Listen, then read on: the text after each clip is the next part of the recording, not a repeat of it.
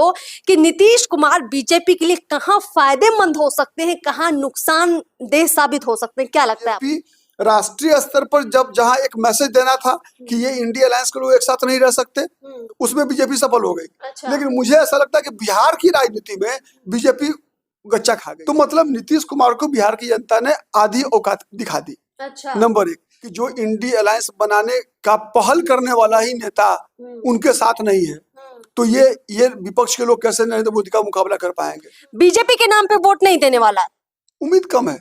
Even Narendra Modi के कहने के वोट मांगने के बावजूद लोग लोजपा को दे देंगे, चिराग पासवान को देंगे, उस जीतन राम मांझी को वोट देंगे, नीतीश को नहीं देंगे। मुझे नहीं लगा कि मझधार में छोड़ देगी बीजेपी या लालू प्रसाद बदला लेंगे, संभव ही नहीं है। ये लोग बीजेपी या लालू प्रसाद बदला लेने की जब तक सोचेंगे तब तक नीतीश कुमार किसी को भी गच्चा दे देने में सक्षम है।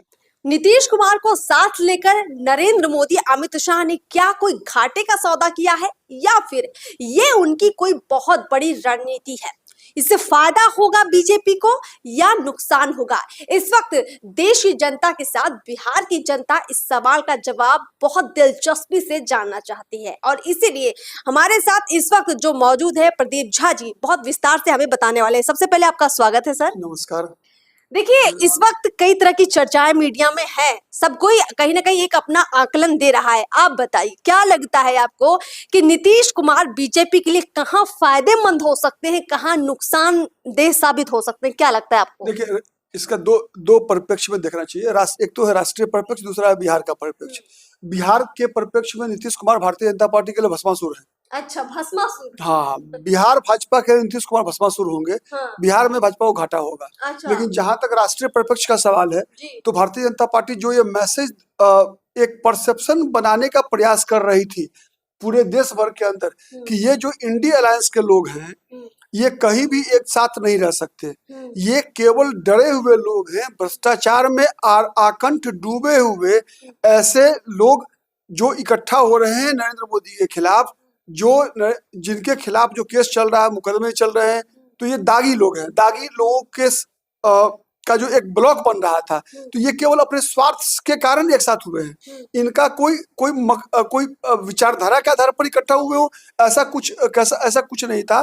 तो ये जो भारतीय जनता पार्टी देश की जनता को जो मैसेज देना चाहती थी, वो नीतीश कुमार को तोड़कर या नीतीश कुमार के टूटने के बाद ये जनता के दिमाग में स्थापित हो चुका है। देखिए सर, इस मामले में Bharatiya Janata party win win situation में। इस मामले में बीजेपी ने कहीं ना कहीं एक बड़ा मैसेज दे दिया है। देखिए, नीतीश कुमार जैसे ही बीजेपी से टूटे थे, उसके बाद तमाम विपक्षी दलों के दरवाजे गए और जिस तरह से उन लोगों के मीडिया में बयान आते थे नरेंद्र मोदी को लेकर, बीजेपी को लेकर, ऐसा लगता था कि नीतीश कुमार ना जाने कौन से नेता बनकर उभर आए हैं। लेकिन देखिए, आज नीतीश कुमार की छवि आप बहुत छोटी देख पाएंगे। भले वो सत्ता में है, मुख्यमंत्री के रूप में भी हैं, लेकिन एनडीए के साथ आकर लगता है वो और छोटे हो गए हैं। इंडिया अलायंस के साथ कहीं ना कहीं वो बड़े नजर आ रहे थे, पर अभी बहुत छोटे नजर आ रहे हैं। तो आप बिहार के परिप्रेक्ष्य में इसे बीजेपी की जीत हार क्या मान रहे हैं? देखिए अर्पिता, ऐसा है कि कोई भी नेता, ठीक है, खुद को अपने मुंह मियां मिट्ठू मान ले तो बात अलग होती है, लेकिन हर व्यक्ति की हर नेता का औकात जनता की ताकत से जुड़ा हुआ होता है। नीतीश कुमार अब खत्म हो चुके हैं बिहार। अच्छा। हाँ, उसका सबसे बड़ा सबूत क्या था कि पिछले बिहार विधानसभा के चुनाव में नीतीश कुमार की पार्टी बराबर सीटों पे लड़ी भारतीय जनता पार्टी के साथ। भारतीय जनता पार्टी की तुलना में आधी सीट ही जीत पाए। तो मतलब नीतीश कुमार को बिहार की जनता ने आधी औकात दिखा दी। अच्छा। नंबर एक, तो जब बिहार में नीतीश कुमार खुद के बलबूते पर 50 सीट भी नहीं जीत सकते, तो इनको जो तथाकथित जो इंडिया अलायंस है उसके लोग कैसे अपना नेता और देश का भावी प्रधानमंत्री चुन सकते थे? ये तो नीतीश कुमार खुद मुंगेरी लाल के सपने देख रहे थे। सपना देखने के पीछे एकमात्र तर्क उनका यह था कि चूंकि विपक्ष में जितने भी नेता हैं, कोई नरेंद्र मोदी के व्यक्तित्व के सामने टिकते नहीं है। एकमात्र नीतीश कुमार ही देश भर में और नवीन पटनायक, दो ऐसे छत्रप हैं, राज्य स्तर के नेता हैं जिनके ऊपर आज तक कोई भी गंभीर आपराधिक मुकदमे नहीं लगे हैं। ठीक है, यही बड़ी बात थी जिस कारण से नीतीश कुमार अपने खुद से ये मान चुके थे कि जो विपक्ष के लोग हैं, विपक्ष के दल हैं, वो देश भर में इन्हें हाथों हाथ ले लेंगे और इन्हें प्रधानमंत्री पद का उम्मीदवार बना देंगे। यानी नीतीश कुमार ने 2022 में जब बीजेपी से नाता तोड़ा तो उनके दिलो दिमाग में बस यही बात थी कि बस एक पीएम पद की दावेदारी मिल जाए। क्योंकि विपक्ष के जैसे विपक्ष में सबसे बड़ा नेता कौन? Rahul Gandhi number 1। National Herald case में कभी भी जेल जा सकते हैं। नंबर 2 लाइन देखेंगे अगर आप तो ममता बनर्जी, अरविंद केजरीवाल, के चंद्रशेखर राव जैसे लोग हैं। ये सभी आज न कल, कुछ दिनों, साल 2 साल के अंदर में इनके ऊपर ईडी, इनकम टैक्स, सीबीआई की इतने केसेस चल रहे हैं, भ्रष्टाचार के इतने आरोप हैं कि जनता इन लोगों को इस लायक नहीं मानती कि ये लोग प्रधानमंत्री बन भी सके।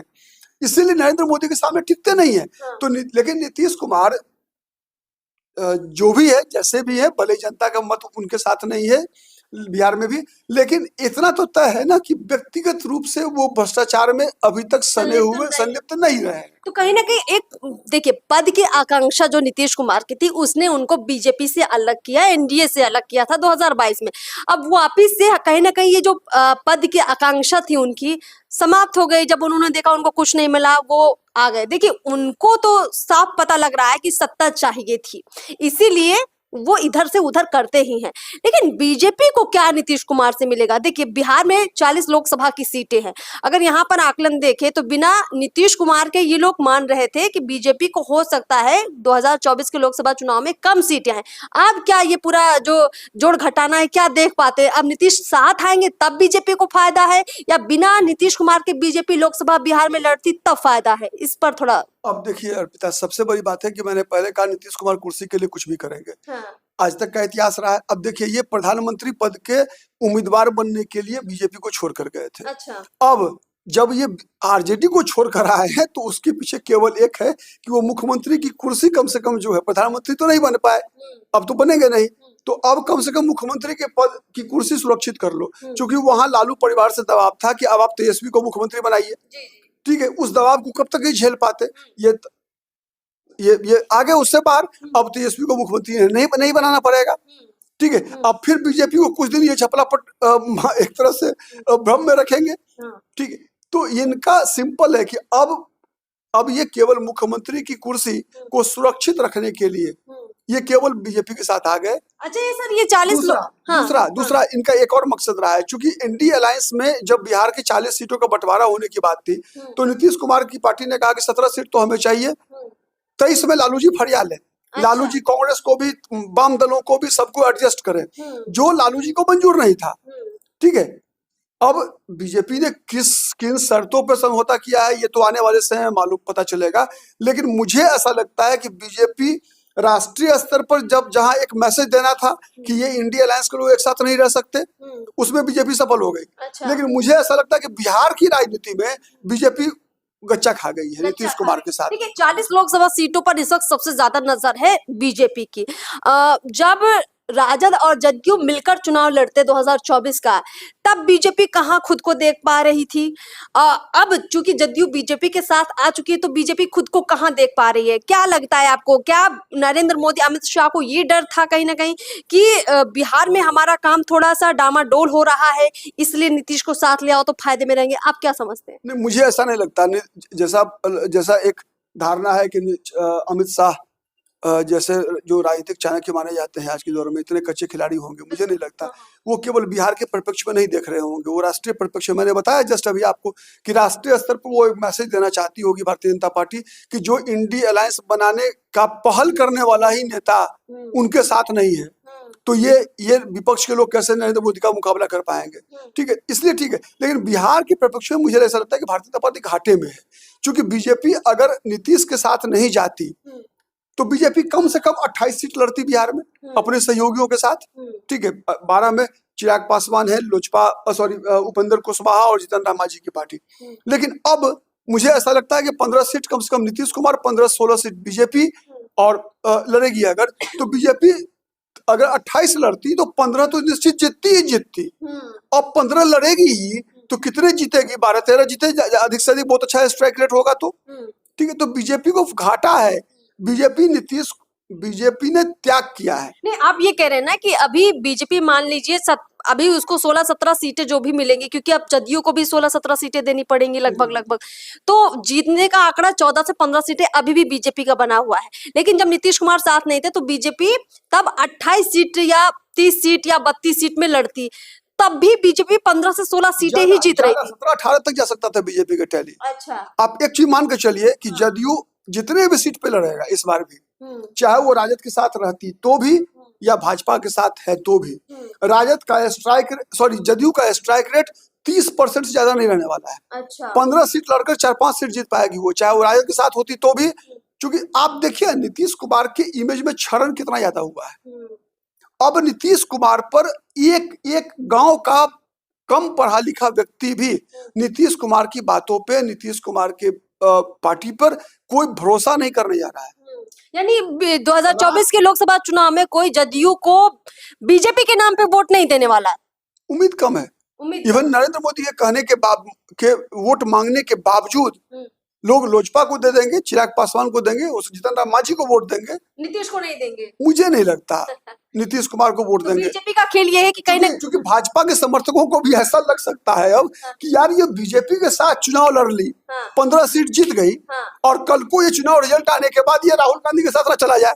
ये बड़ी बात है। ठीक, इस व्यक्ति में अब तो थोड़ी सी भी इस व्यक्ति पे भरोसा करना संभव नहीं। आप रंगे हुए सीआर पे भरोसा कर सकती है, लेकिन नीतीश कुमार पर भरोसा करना आप संभव, अरे भाई संभव नहीं है, संभव नहीं है। तो बीजेपी कहीं ना कहीं इस खेल को समझ रही है कि देखिए नीतीश कुमार को 2024 के लोकसभा चुनाव में इस स्तर तक बीजेपी ले आई। अब आपको हमारी बातों से कहीं ना कहीं अंदाजा लग रहा होगा कि नीतीश कुमार राजद के साथ रहे या बीजेपी के साथ रहे। राजद के साथ रहते, ज्यादा सीटें जीतते तो भी बीजेपी को नुकसान था, लेकिन बीजेपी के साथ रहकर बीजेपी के लोग ही जब जदयू को कमजोर कर देंगे तो नीतीश कुमार अपने आप ही कमजोर हो जाएंगे।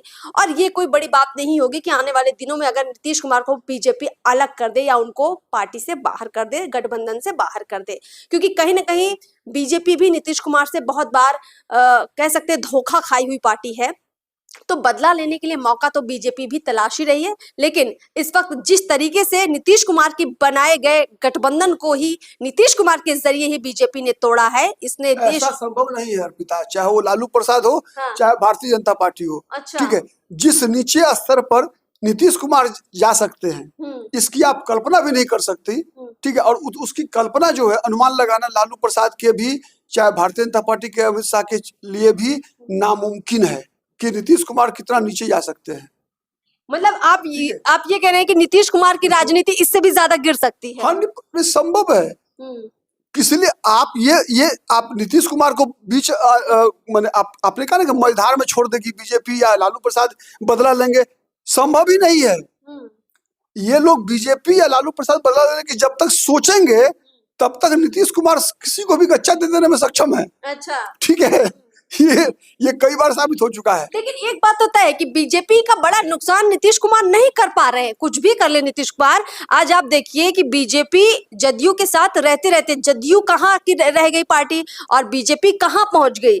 आप ये बताइए कि आज 20 साल का अगर हम आंकड़ा उठाकर बिहार के अंदर देखें तो बीजेपी का आप देख लीजिए, यहाँ पर बीजेपी के पास 78 विधायक है मौजूदा में वक्त में, और जदयू के 45 विधायक है, और लोकसभा की सीटें बीजेपी की वजह से जदयू के पास ज्यादा आई थी। ऐसा नहीं है, जदयू के पास जो 45 विधायक भी हैं, उसमें 40 विधायक बीजेपी के बल पे जीत कर आते हैं।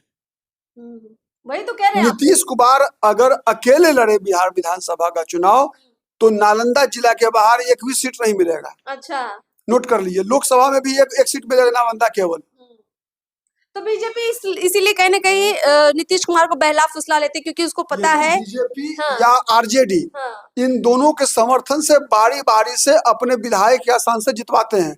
इनकी अपनी अब कोई इनके पास 5% वोट है अब। अच्छा, जदयू के पास ठीक है, वो 5%, हाँ, लेकिन वो इम्पोर्टेंट वोट है, इसमें कोई शक नहीं है। 5% वोट ऐसा है कि वो किसी भी जैसे सब्जी में मसाला का क्या रोल होता है कि वो स्वाद लाता है। ठीक है, तो वही इनका वोट है कि जिधर गया उधर पलना भारी हो जाता है। लेकिन इनकी को जहां तक ऐसी स्थिति नहीं है कि ये 10 सीट जीत ले बिहार में विधानसभा का और 5 सीट लोकसभा का जीत लें। इतनी ताकत नीतीश कुमार में नहीं बची है। नहीं बचे। लेकिन एक बात समझ आ रही है कि 2024 के लोकसभा चुनाव के लिए बीजेपी ने ये जो बड़ा खेल किया है, नीतीश कुमार को साथ लाकर पूरे महागठबंधन को, पूरे इंडिया अलायंस को ध्वस्त करने का काम जो बीजेपी ने किया है, उसके बाद 2025 में जब बिहार विधानसभा चुनाव की बारी आएगी तब बीजेपी और कोई बड़ा स्टेप जरूर लेगी, क्योंकि नीतीश कुमार जिस तरह से बार बार धोखे देते हैं राजद को, बीजेपी को, तो बीजेपी को मालूम है कि ये कोई बड़ी बात नहीं होगी कि कल को नीतीश कुमार फिर उनको छोड़कर चली जाए। इसलिए 25 का मुकाबला बीजेपी, हमें नहीं लगता कि नीतीश कुमार के सहारे लड़ने वाली है, लेकिन जरूर अगर ऐसा कुछ होता है तो उस पर भी हम चर्चाएं लेकर आएंगे। फिलहाल इस खास चर्चा में इतना ही। नमस्कार।